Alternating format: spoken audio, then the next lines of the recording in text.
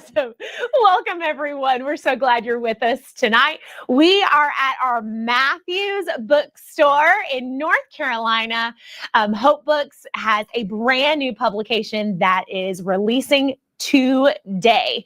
We are so excited to welcome all of our authors, both here and online, for this incredible new book called A Family's Legacy: Passing Down Love, Wisdom, and Tradition. This entire book is filled with stories and memories from family and friends and people that have truly changed all of our authors' lives and the lives of their kids and grandkids alike.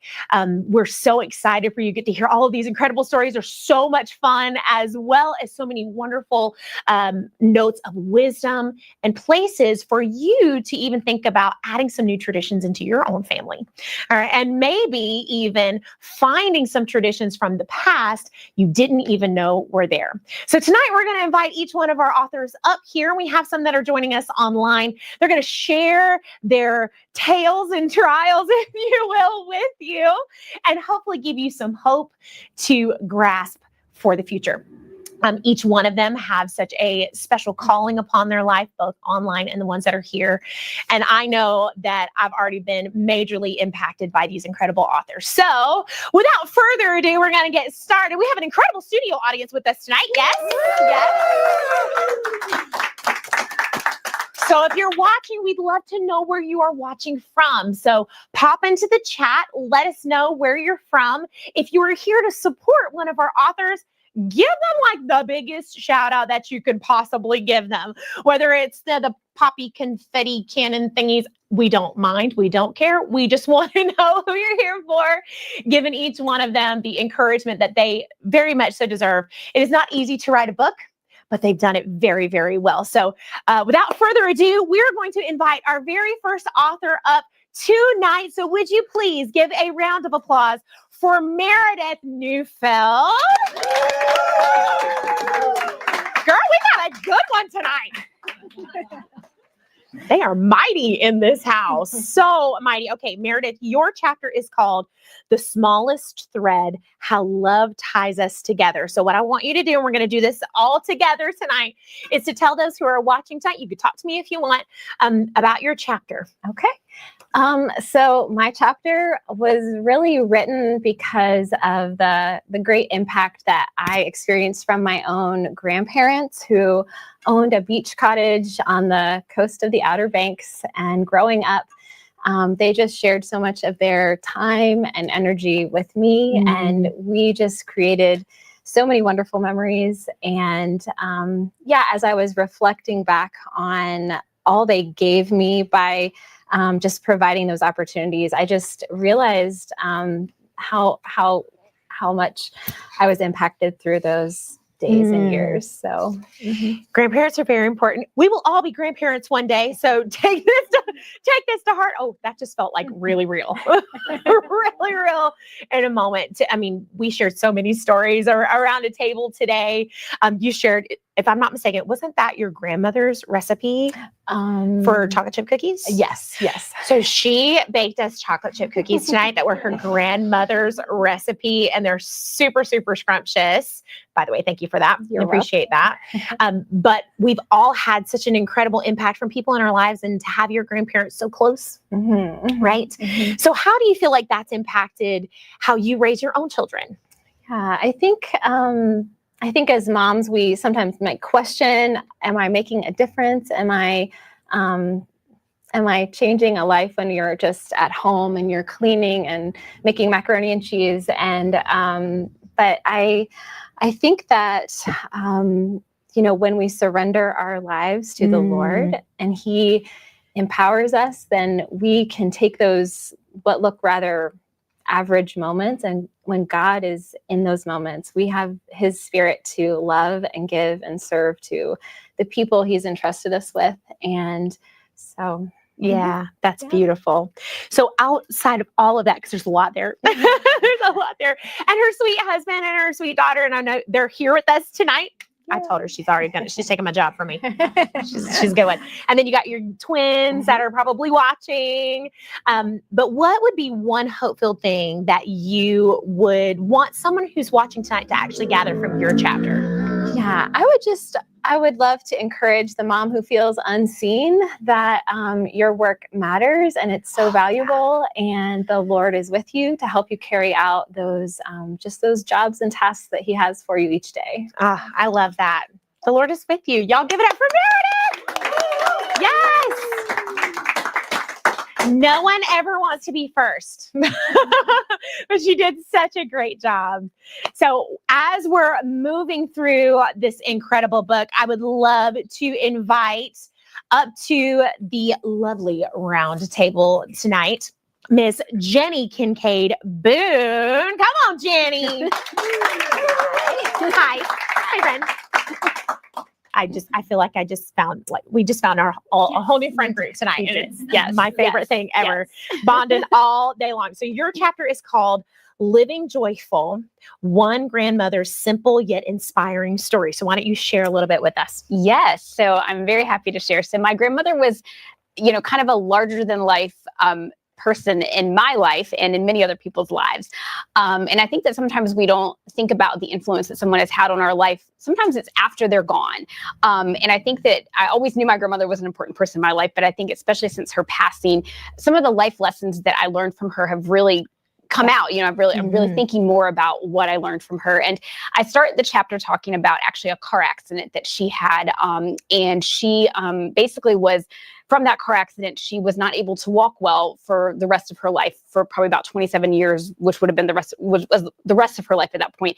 But the way that she kind of overcame that was really inspiring to me, that she was able to still continue to minister to people, to love people, to be positive in her life. That really shaped where I was at that time, when I was actually a senior in high school when the accident happened. But there are a lot of other things that I talk about in her story. My grandmother was born to, both of her parents were deaf, and she was a hearing child. So she grew up throughout her life really helping her parents through, translating and doing the things that you do as a child when you're helping your parents. And she kind of took those lessons from her life and actually became a teacher for children for the deaf at a school in Stanton, Virginia. And also it was an interpreter at our church for deaf families, a deaf choir, just really used her life experiences to help others. And so I think I feel like I drew a lot of lessons from her life about just taking what God gives you, and it's your story, and your story can matter for many people and many generations to come. And perseverance. Yes. So there's just so many beautiful parts to that particular story. And your mom's with us tonight. Yes. We're so glad that she is. It's been an absolute joy getting to know you both and hearing so many beautiful stories about your grandmother and the legacies that she is not only leaving for you, but every person that you touch. Yes. Right? The stamina, the strength, the perseverance, never giving up. Right. That is not examples. even close to anything that would ever describe Jenny Boone. Okay. She is a persevering woman, for real. So what is one hope-filled thing that you would love for somebody watching tonight to gather from your chapter? Yes. Well, I think there are a lot of hopeful things, but one thing that really stands out to me that I talk about in my book is that I think we just really need to take every small thing that we love in life and just remember it. It's kind of a way to share gratitude. My grandmother, one thing she loved, I talk about, is she loved ice cream. That was her thing. Yes, so that's right. If she could have a day, every day she had ice cream, her life was great, So I really suggest that people just, keep a joy journal, keep something that you can just write down, something good that's happened for you. It could be having a great lavender oat milk latte, or having, seeing a beautiful sunset, just something to keep. Yes, that is my thing too. Something to make you feel joyful, because I think that's how we all get through life. I mean, life is going to have ups and downs, but I believe that God puts those small moments in our life to help us make it through, to help us see His glory, to help us be grateful for the things that we have. Y'all give it up for Jenny.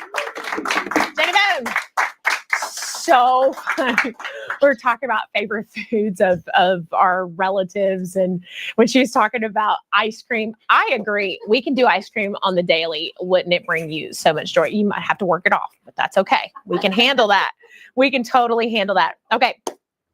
As we're moving forward, I think this book is so very pivotal, even for us here at Hope Books. And the reason is we're all about telling the stories of our life. Storytelling is so very important when it comes to sharing the message of hope that we represent and that we stand for. And each one of these authors have done just that. Shared their stories of life passed down from generation to generation to give you hope and know that there is a future that is planned for you, that is to give you that hope and a blessed life, right? So we're all about telling great stories here and sharing them and passing them down from generation to generation, which is exactly what our next author has done in her chapter as well. So I'd love to introduce you to Robin Turnipseed. Yes, you heard me right. She's got the best last name on the planet. All right, Robin. That really is my last name. It really is, and it's the best last name because it's the one we talk about all the time. Turnipseed, rock star last name. Should be Conversation starter. It is. Yeah. Which makes it worth its weight in gold. Your chapter is called The Rhinestone Barrette and the Bridge Between. Tell us all about it. So in my chapter, it started out with a closet clean out that I was doing with my then 8-year-old daughter, who I was cleaning out the closet and she was pulling out all of my things and my scarves. And she came across a rhinestone barrette that was my great grandmother's. It belonged to my nanny, nanny whose name was Lucy Ovell. Her middle name was Ovell. But it, like, she was holding it in her hand and she said, "Mama, what's this?" And it took me back because I hadn't seen it in a while. And so I started to tell her the story, but it wasn't just about like the looks of the barrette. It was about my great grandmother who she had never met. And all of a sudden I realized that I was telling her a piece of her heritage as she held that barrette in her hand. And I thought, my goodness, what a great bridge. I'm part of a generation called the sandwich generation. I like to say that I am the chunky peanut butter between two slices of wheat bread. But it's resemble that. I have children that still live at home, and then all of us have aging parents. Yeah. So heirlooms have the ability to be a connector, to be a bridge, because stories stick. And so if you have like there's wisdom and there's value and there's principles and there's morals and stuff like that, and how do we get them from one generation to the next? Well, we act as the bridge, and heirlooms can start the conversation. That is so true. You know, I didn't even think about this until just now. And I know we've talked our faces off all day, and it's been the best thing ever. But I have one of those heirlooms too. And my daughter asks me about it all the time. It's a gold ring that looks like a chunk of cotton, but it has 3 pearls in it. Yeah. And it just so happens I have 2 girls. So my mother got it from my grandmother, who actually passed away in a car accident. And it was one of those things that someone gave it to her and she cherished it so much. It was the most important thing in her jewelry box at all times. So, you know, she'd always tell the story of how her friend would come and they would spend some time together, and she blessed her with it when they had absolutely nothing. So they lived very poverty stricken. So now I have something, and of course my girls are always like, "Can I wear that?" I said, "No." No, but let's talk about it. Let's talk about how important these things are. And you're right, to be that bridge across the generations. We need that so much right now. Yes. We need so much right now. So tell me a little bit about how your 8-year-old reacted to that. Well, she was completely taken aback, and she sat down, and I was able to tell her the story of her great grandmother and different things like that. And it just really opened up so many conversations. And I've done that with several pieces throughout our home. And it takes intentionality to do that. It does. So you have to slow down and focus in on that a little bit.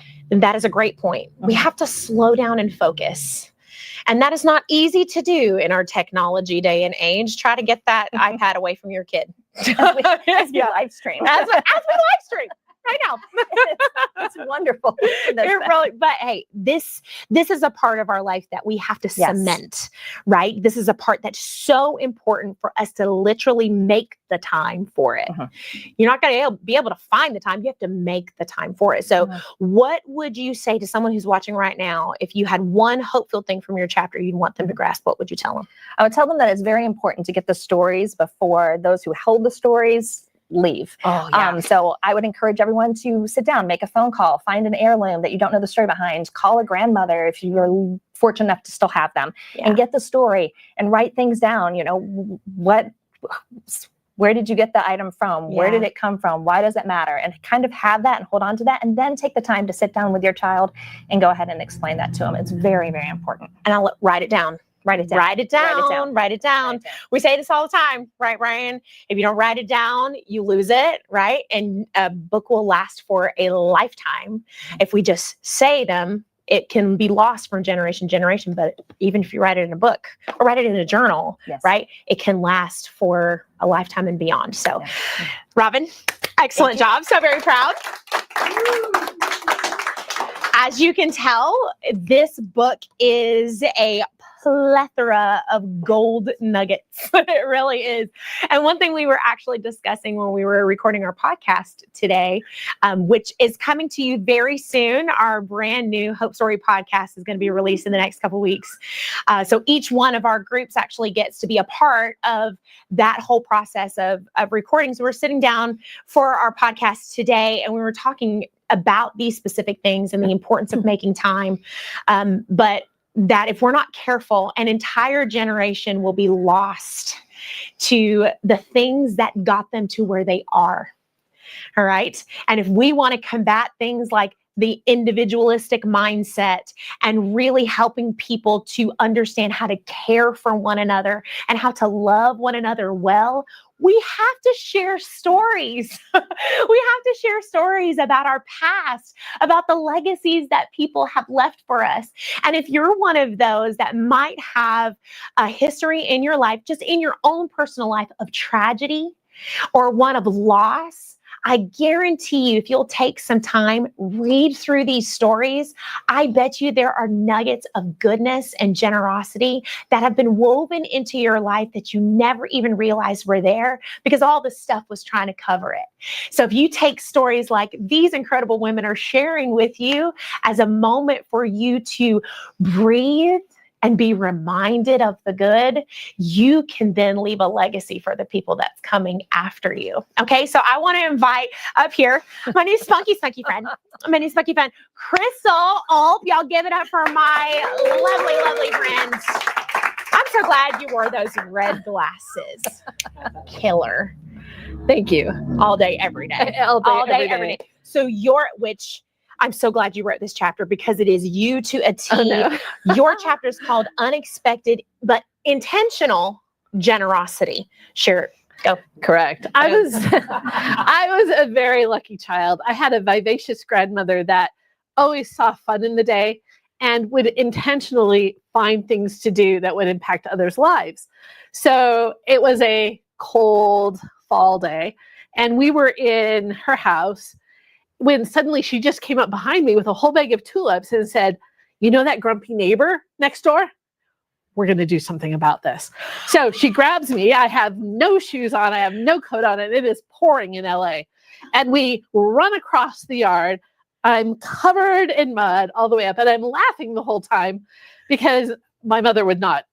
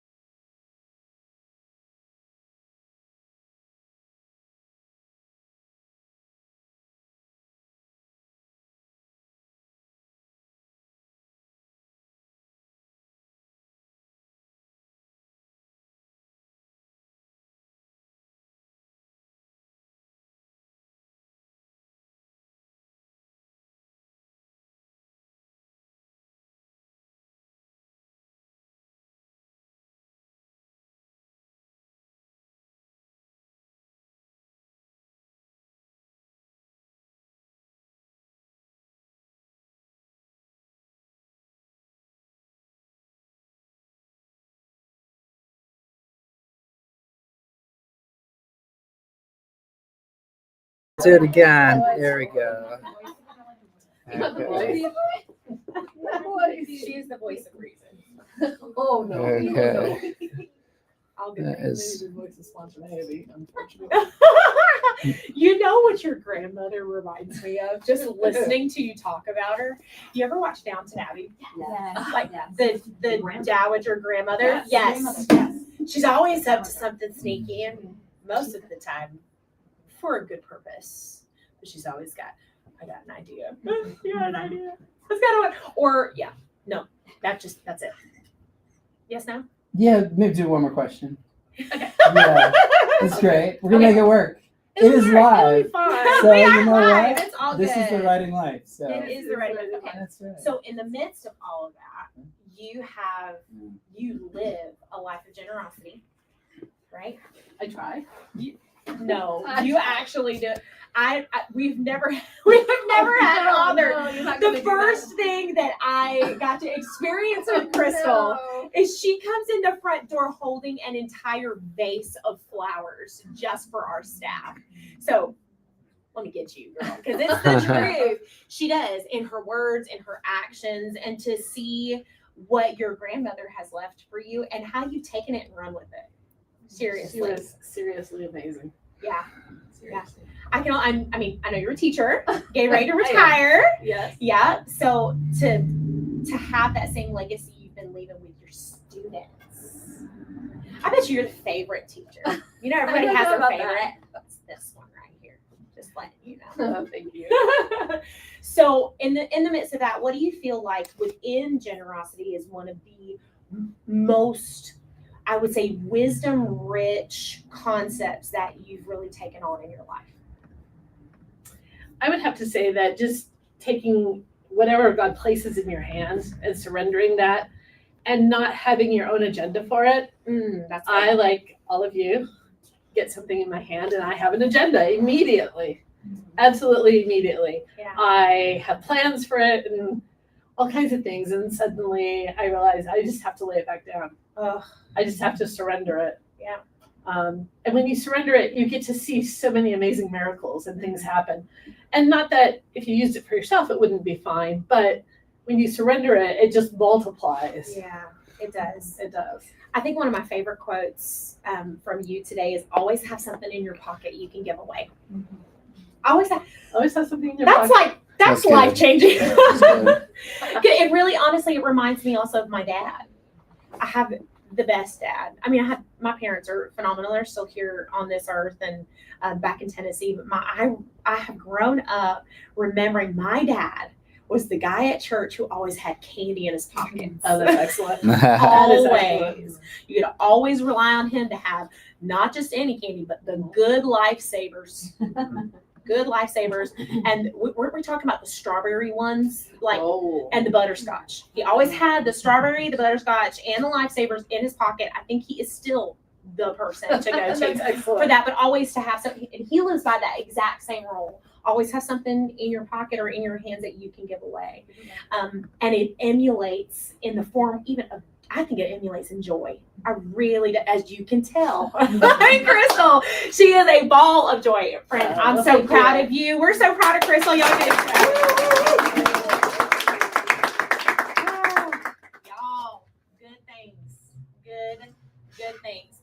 So we have two more authors that we are going to chat with online tonight. But before we do that, I just want to let everyone know you can receive your copy right now of, we're that far away. Well, hello.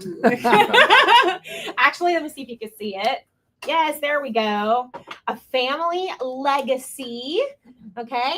Passing down love, wisdom, and tradition. This is an incredible book filled with true life wisdom, love, support, going through process of change, talking through things with our kids, actually passing on not just wisdom, but also the heart behind the house, okay? The heart behind every action that was taken or that was done by those who came before us. So our hope for you is that you get a copy of this, that you'll be encouraged, right? That you'll be encouraged maybe to start some traditions of your own, all right? Even if you didn't grow up with any traditions, you can start some of your own and leave a legacy for those that come after you, all right? And many of these are from actual family members, blood relatives, but many of them are not. Many of them are from people that have passed through our lives that have left a lasting impact. And you know what? I believe without a shadow of a doubt, each one of these authors are going to be that same person for someone who comes after them. And you can too. All right. So grab your copy. We're going to put it in the link right now, Amazon.com. All right. All you have to do is search a family legacy. You can go also straight to Hope Books on Amazon and see all the different options that we have there. But grab this one, A Family Legacy. All right. So we're going to be joined right now online with two of our special authors on this project as well. So I would love to introduce, and of course, our studio audience is going to cheer very, very, very wildly. Would you please give it up for Miss Jerry? I love Jerry Miller. She is one of my favorites. She's so sweet, and what an incredible, incredible chapter. Hey, Jerry, how you doing, babe?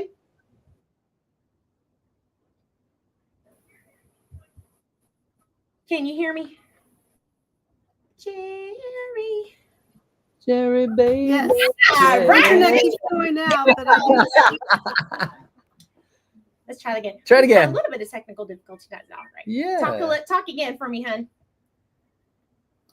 said, yes, I can hear you, but the internet keeps going out, unfortunately. We'll get right into it. You're good. You're good. Okay. Your chapter is called Violet, the Color of Connection. So why don't you share with those who are watching tonight a little bit about your chapter? Okay, well, it is about my Granny Violet, who loved people, and she never met a stranger, and she was always willing to talk to anyone she ran into and ask them all kinds of questions.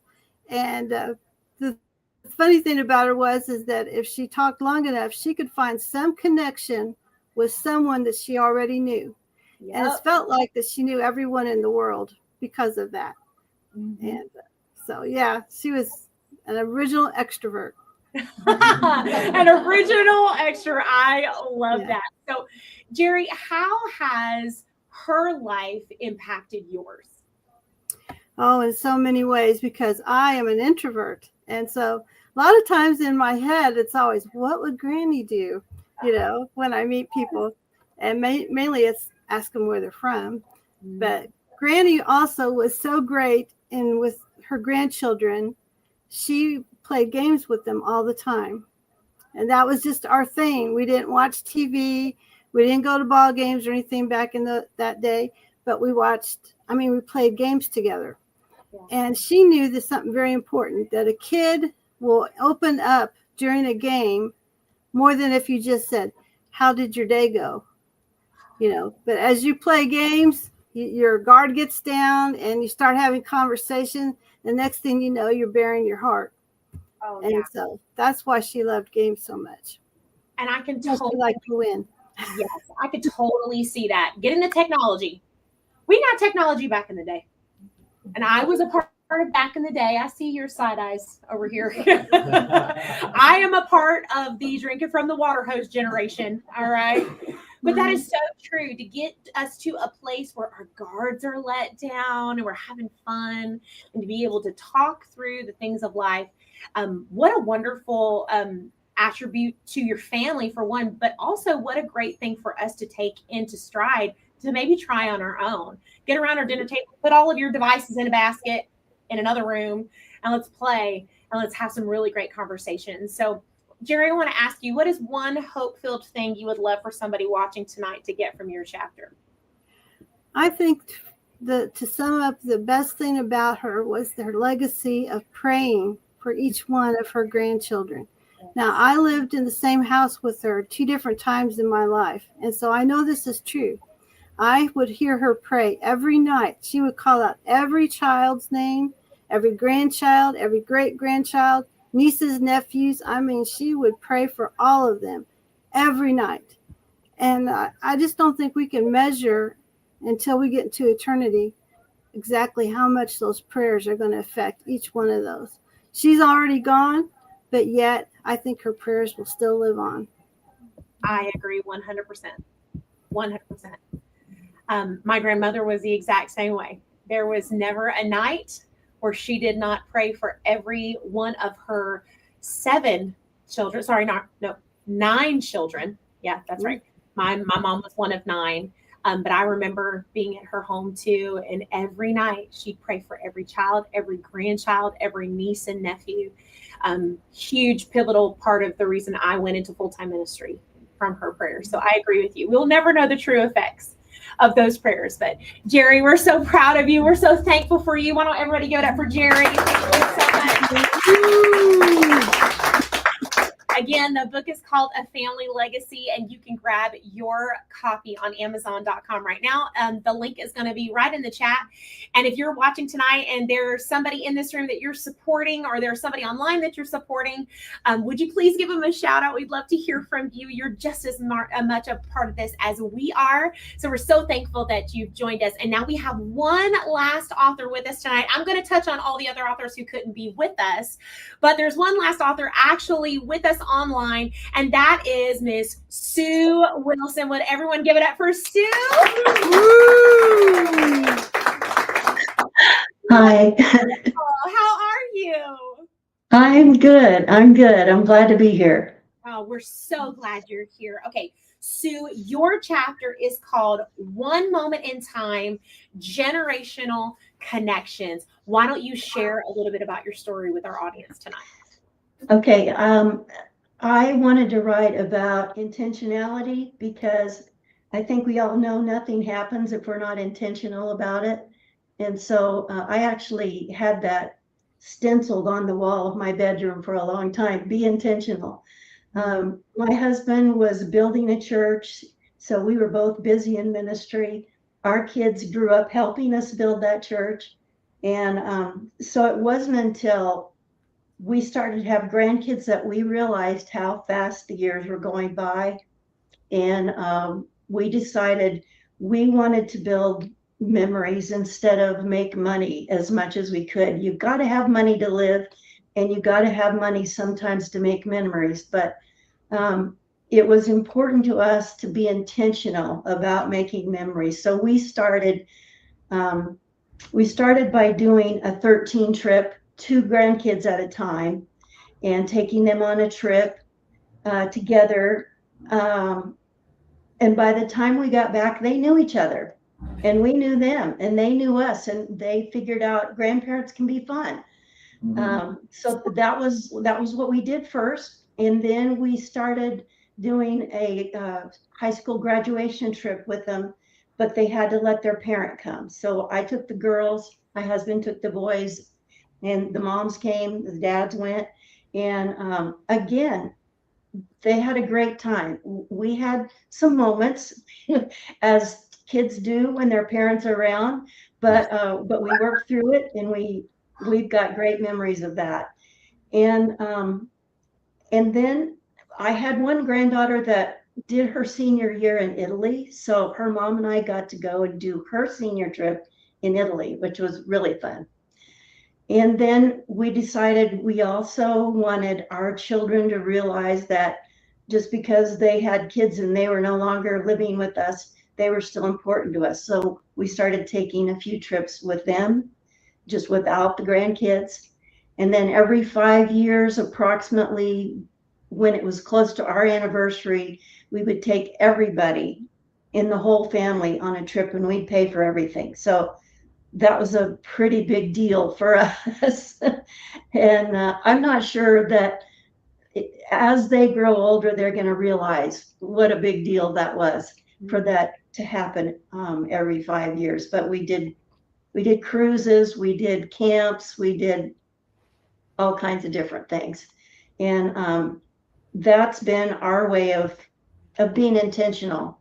And, hearing all these people talk about their grandmothers just reminds me there's so many things I could have said about my grandmothers and my mother, because one of the intentional things I did with my mother when she came to live with me at the last part of her life was I asked her questions about her life growing up and recorded it so that future generations can hear, what she did, how she lived when she was a kid. So another just intentional thing.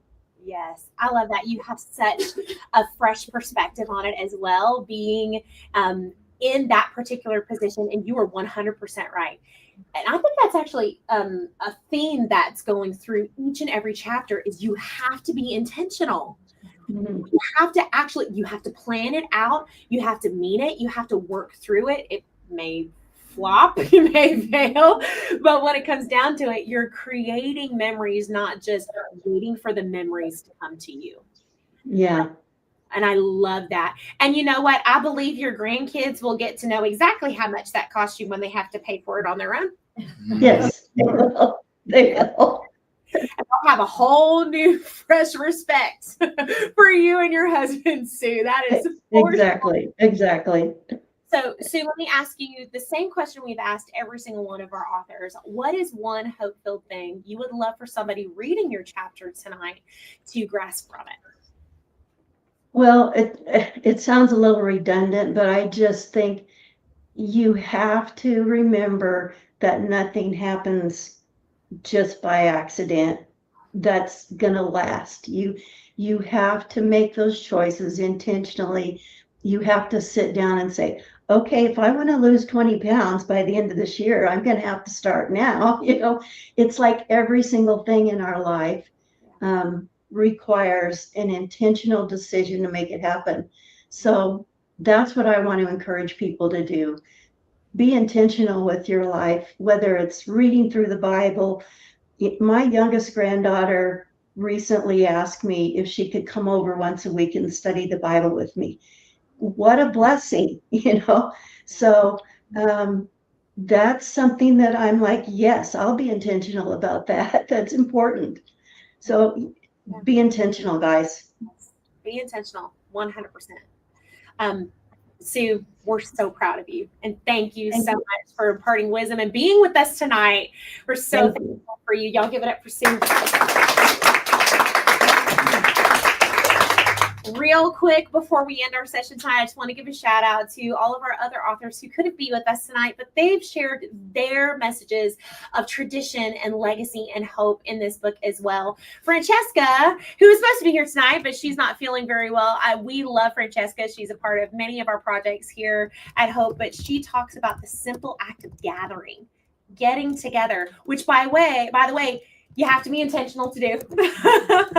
You have to be intentional to do, but how it actually shaped her life. And when you get a chance to meet Francesca, you will see it just like the rest of our authors that you've seen tonight. You see the effect of the legacies that have been left for them through the way that they're living their own life now. And she is one of those. Mary, and I want to make sure that I say Mary's last name just right.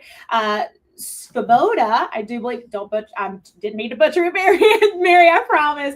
But Mary's chapter is all about developing strong relationships. And she learned that from her grandmother and the importance of having those conversations and what it takes being intentional to build lasting relationships. And also Kristen Gibbons, and in her chapter, she talks about lasting influence and the beauty of simple, steady love and building resilience and faith by both of her grandmothers. Think about it. Each and every one of these particular chapters is all about intentionality in life, making memories, lasting traditions, and those who have left legacies for us and the legacies that we can leave for the people that come after us. And by the way, I'm not just talking about your own kids. I'm talking about anyone that comes in contact with you. Each one of these authors have left a lasting impact on our entire staff here at Hope Books. This could be something you could leave as well. By the way, if you're wondering how in the world can you get a copy of this book, you can go straight to Amazon right now. I'm going to say it about 1 million times. Go to Amazon, grab a copy for your family. What a great conversational starter during a game.